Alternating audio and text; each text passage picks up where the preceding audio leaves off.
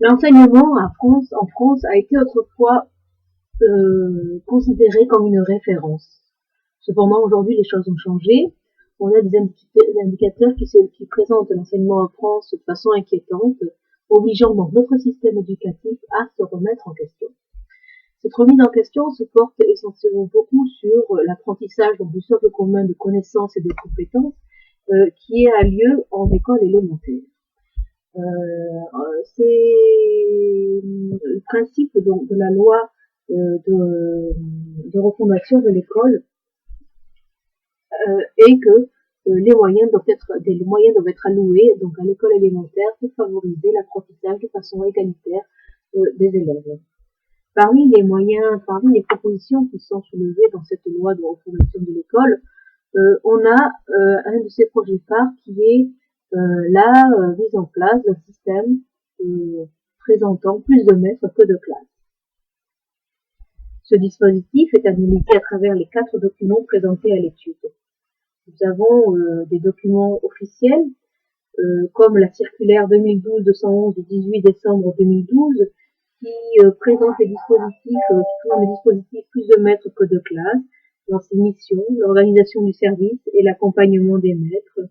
Il y a également un extrait dans un des documents de 10 repères pour la mise en œuvre du dispositif plus de maîtres que de classes, qui vient également du ministère de l'Éducation nationale en 2013 et dans lesquels il y a donc des recommandations pour la mise en place du projet. Il y a également 3 autres documents qui sont des réflexions donc sur cette mise en place. Tout d'abord, nous avons une conclusion de l'étude de Bruno Suchot de l'IRE2 sur les conditions de réussite du programme plus de maîtres que de classes, qui présente donc la mise en place du système comme une solution moins onéreuse, avant tout moins onéreuse moins onéreuse que la mise en place, que la diminution des élèves par classe.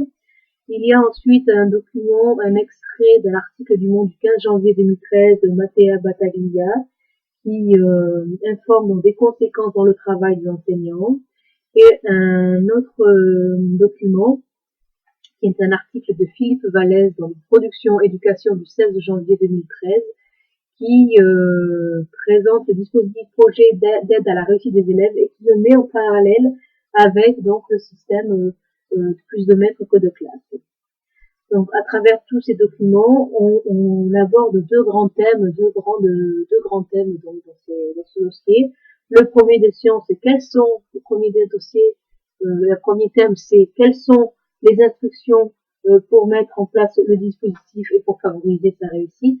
Et le deuxième pôle qui se dégage, c'est la complexité donc de la mise en place du système plus de maîtres que de classes. Ensuite, nous avons au niveau des instructions pour mettre en place ce dispositif.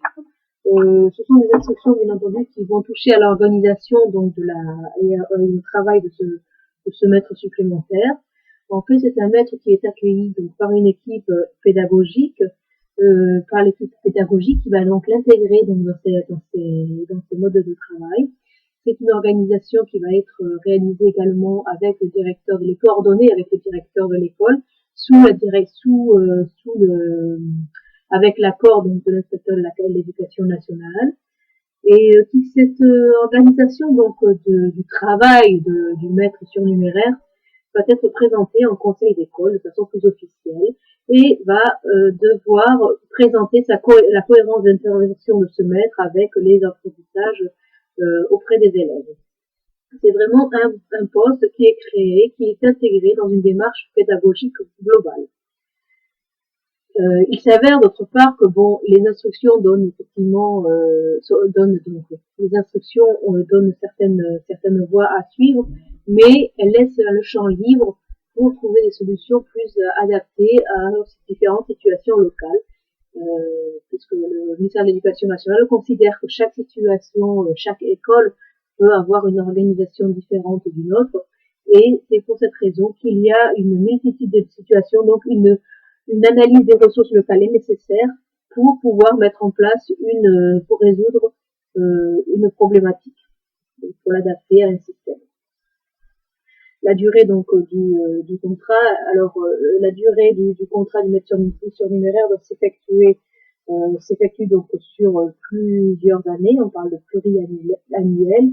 C'est un contrat donc plutôt sur le long terme qui demande à ce qu'il y ait une équipe pédagogique stable en place de façon à ce que toutes les missions qui sont octroyées à ce maître surnuméraire soient réellement coordonnées les unes avec les autres sur un certain laps de temps.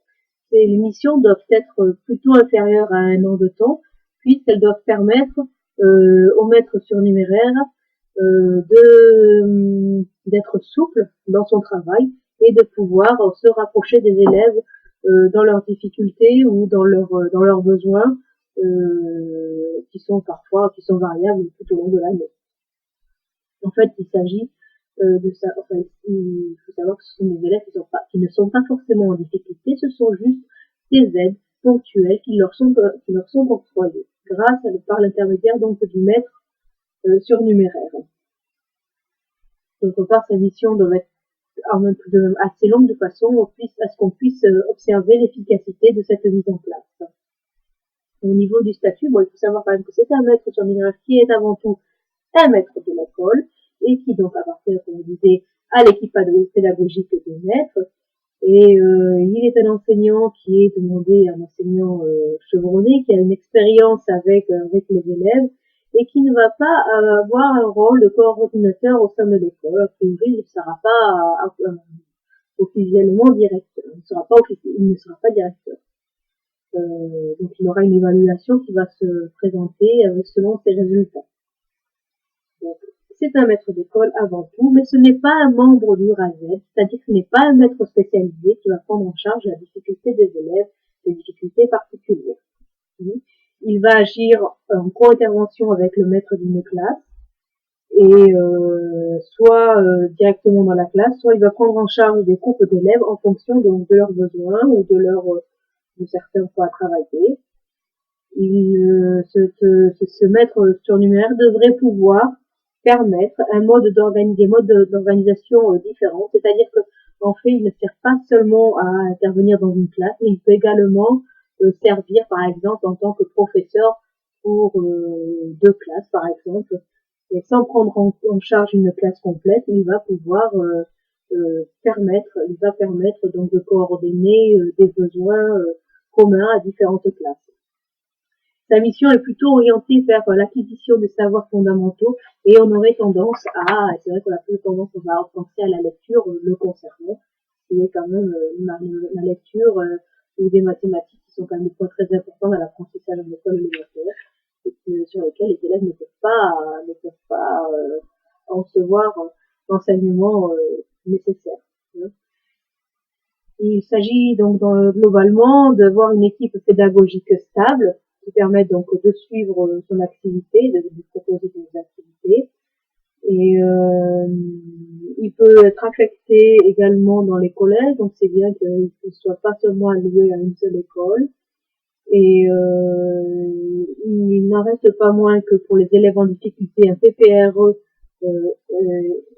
doit être mis en place pour apporter une réponse cohérente aux difficultés des élèves. L'avantage d'un tel enseignant, outre le fait qu'il peut qu'on peut organiser des démarches pédagogiques différentes, et c'est toujours une bonne chose parce que plus on aborde des façons pédagogiques de l'enseignement, et plus les élèves ont des chances de comprendre ce qu'on leur enseigne. Il va également permettre, par exemple, à l'enseignant d'une classe de prendre du recul sur son propre travail et également d'observer les façons d'apprendre de l'élève. Après, il y a des choses qui doivent être interdites. Donc, comme on disait, il n'est pas un poste fait pour coordonner. Il n'est pas fait pour gérer une classe complémentaire dans l'école. Et il ne doit pas prendre non plus d'élèves en dehors du contexte de la classe. On ne prend pas les élèves pour leur faire des activités à part. C'est vraiment des activités qui sont intégrées dans la classe, dans le mouvement dans le rythme d'apprentissage de la classe, mais qui sont adaptées aux élèves. Donc c'est vrai que globalement, le sujet le sujet donc semble assez clair selon les instructions du ministère de l'Éducation nationale. Cependant, comme on disait, ce sont des réponses qui doivent être adaptées aux différents contextes locaux. Donc, effectivement, il y a une complexité dans la mise en œuvre donc du précepte. Peut-être qu'effectivement, quand on disait qu'il fallait une équipe pédagogique stable qui puisse intégrer donc ce professeur surnuméraire dans sa démarche pédagogique, bon, il apparaît quand même qu'en ZEP, c'est pas forcément en ZEP où, évidemment, c'est là où on aurait le plus, sans doute, besoin d'enseignants, en surnuméraire. En ZEP, les équipes pédagogiques ne sont pas forcément stables. Les enseignants ont tendance à faire des mouvements et qui font que, bon, le maître surnuméraire va être stable plus que certains, beaucoup de postes enseignants.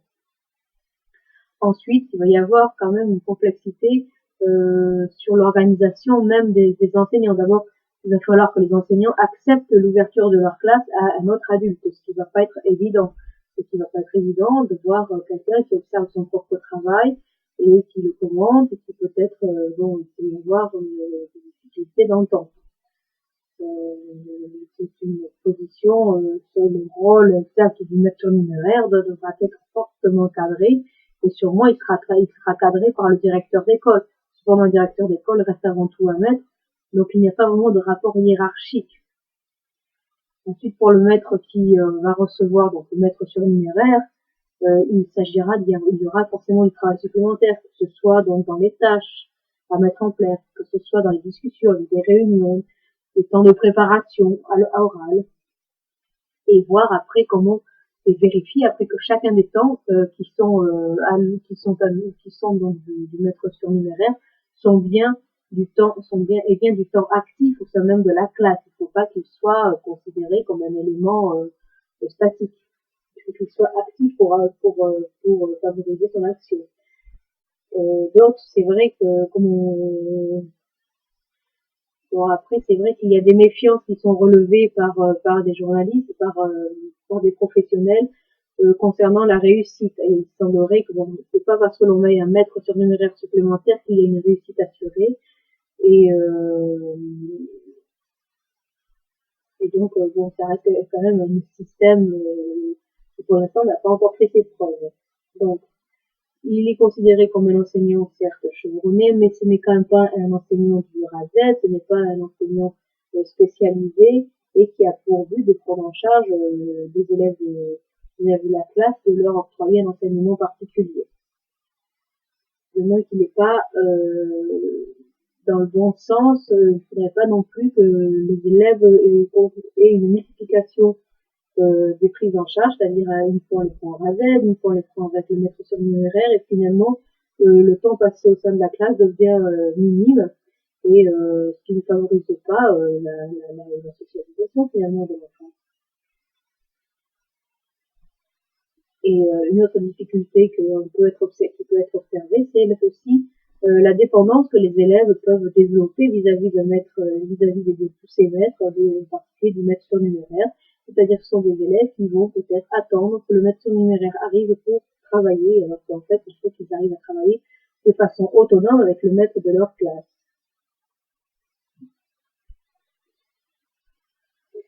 Et là, il y a parmi toutes ces difficultés, on a bien sûr le rapport d'autorité entre les élèves et les adultes, et comment cela va se gérer au sein de la classe concrètement.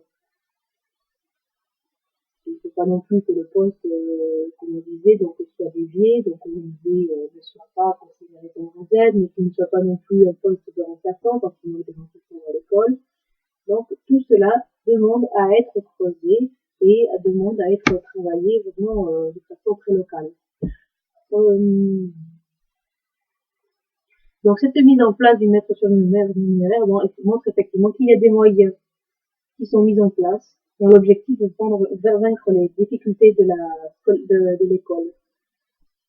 Et donc on voit que les règles sont définies globalement, cependant localement, le fait de devoir adapter une réponse à chacune de ces écoles peut proposer des solutions très variables d'une école à l'autre et peut-être au contraire déséquilibrer donc le système d'organisation, déséquilibrer l'organisation de certaines écoles.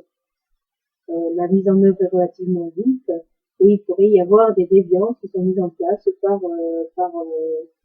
sont mises en place au sein des écoles. Donc il s'avère qu'effectivement le système ne peut tenir que si vraiment le rôle de ce maître surnuméraire est très clairement défini, très clairement cadré. Et ça, il s'agit vraiment de la responsabilité du directeur de l'école qui va devoir vérifier que l'intervention du maître de l'école est en cohérence avec la démarche pédagogique et en cohérence avec la définition de son poste.